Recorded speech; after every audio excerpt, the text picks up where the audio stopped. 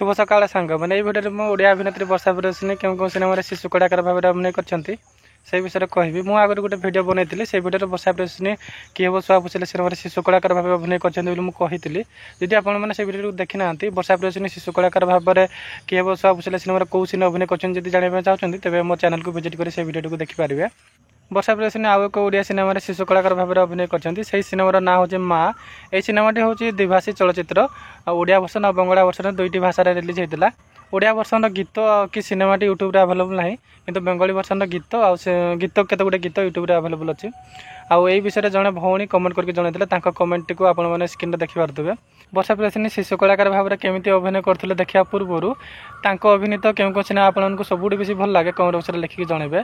वर्षा प्रियदर्शिनी को अभिनीत मत सब भल लगुवा सिनेमा हूँ नैजार मेघ मते आम भितर किछि अछि आउ सुना चुनी रूपाचोरी। आपको केउँ सिनेमा वर्षा प्रियदर्शिनी को भल लगे कमेंट बक्स लिखिक जनइबे। एबे देखो शिशु कलाकार भाव वर्षा प्रियदर्शिनी केमी अभिनय करुଥିଲେ।